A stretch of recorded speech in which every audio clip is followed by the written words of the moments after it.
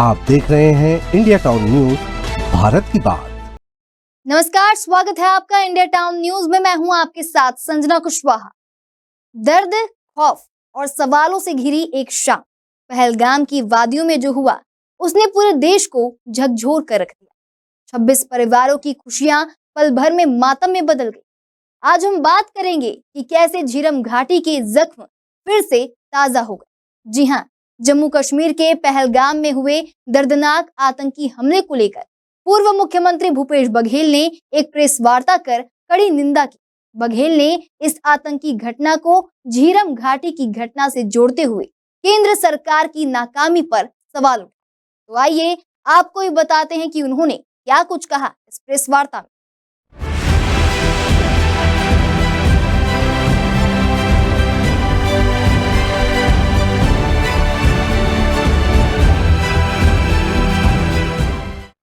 जम्मू कश्मीर के पहलगाम में हाल ही में हुए भीषण आतंकी हमले ने पूरे देश को हिलाकर रख दिया है। इस हमले में 26 निर्दोष लोगों की जान चली गई।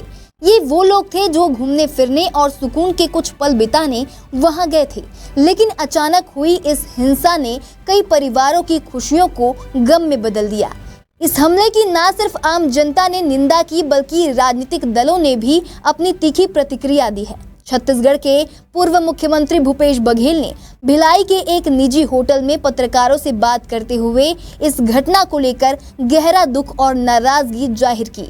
उन्होंने इस हमले की तुलना 2013 में हुए झीरम घाटी नक्सली हमले से की और कहा कि उस समय भी हमने अपनों को खोया था और आज देश ने एक बार फिर ऐसा ही दर्द झेला है। भूपेश बघेल ने कहा, पहलगाम में जो कुछ हुआ वो सिर्फ 26 परिवारों का नुकसान नहीं है, यह पूरे देश का नुकसान है।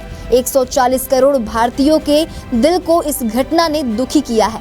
उन्होंने बताया कि कांग्रेस पार्टी ने इस घटना की कड़ी निंदा करते हुए प्रदेश कांग्रेस कमेटी के माध्यम से एक प्रस्ताव पारित किया है। उन्होंने यह भी कहा कि इस हमले में ऐसे लोग मारे गए जो सिर्फ पर्यटन के लिए वहां पहुंचे थे।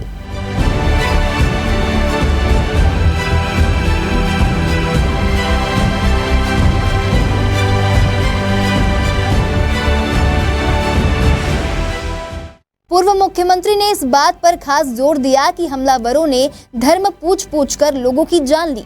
लोगों को कलमा पढ़ने के लिए मजबूर किया गया। यह सीधे सीधे धार्मिक आधार पर की गई हिंसा है, जो हमारे संविधान के मूल्यों पर सीधा हमला है।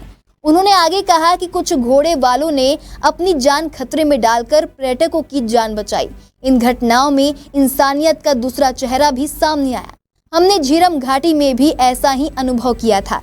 भूपेश बघेल ने पहलगाम की घटना की तुलना छत्तीसगढ़ के दंतेवाड़ा जिले में 25 मई 2013 को हुए झीरम घाटी हमले से की।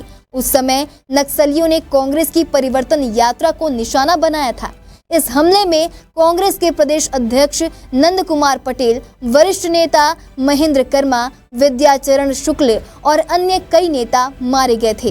कुल मिलाकर उस नक्सली हमले में 30 से अधिक लोग जान गंवा बैठे थे। बघेल ने बताया कि झीरम घाटी में भी नाम पूछ कर हत्या की गई थी। सुरक्षा में भारी चूक हुई थी और अब पहलगाम में भी वही हुआ। ना सुरक्षा दिखी, ना मदद पहुंची। ऐसे में सवाल उठता है कि आखिर इंटेलिजेंस एजेंसियां क्या कर रही थीं?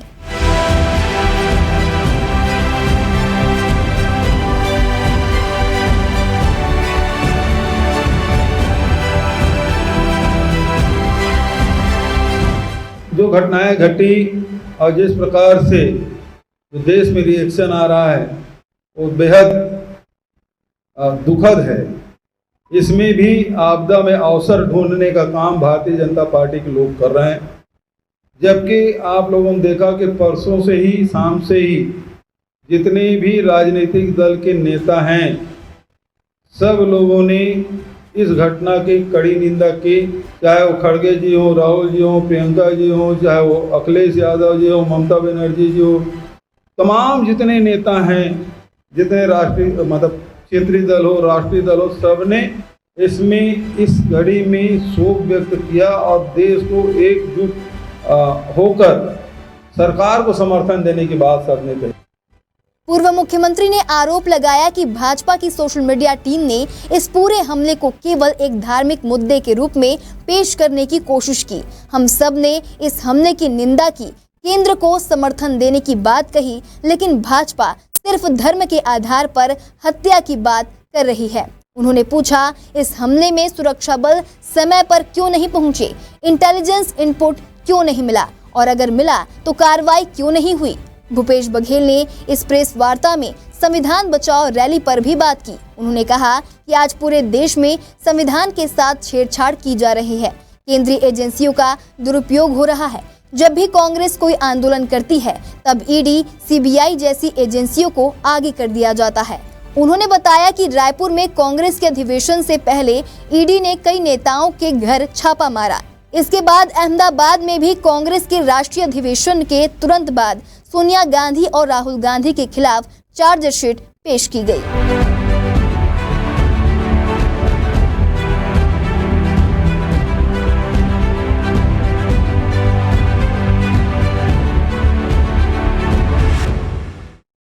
पहलगाम की दर्दनाक घटना और झीरम घाटी का भयावह इतिहास दोनों ही यह याद दिलाते हैं कि आतंकवाद और राजनीतिक हिंसा से निपटने के लिए सिर्फ निंदा करना ही काफी नहीं।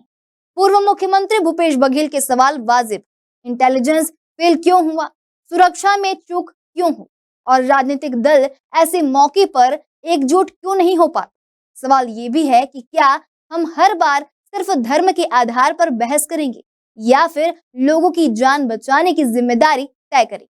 क्या हमारे नेताओं का फर्ज नहीं है कि वे एक दूसरे पर आरोप लगाने की बजाय मिलकर इस चुनौती का हल निकालें। अब ये देखना लाजमी होगा कि इस मामले में सरकार क्या सख्त कार्रवाई करती या फिर ये मामला भी ठंडे बस्ते में चला जाएगा। फिलहाल अभी के लिए इतना ही, अगली बार फिर हाजिर होंगे एक नए विषय को लेकर। तब तक के लिए देखते रहिए इंडिया टाउन न्यूज, भारत की बात।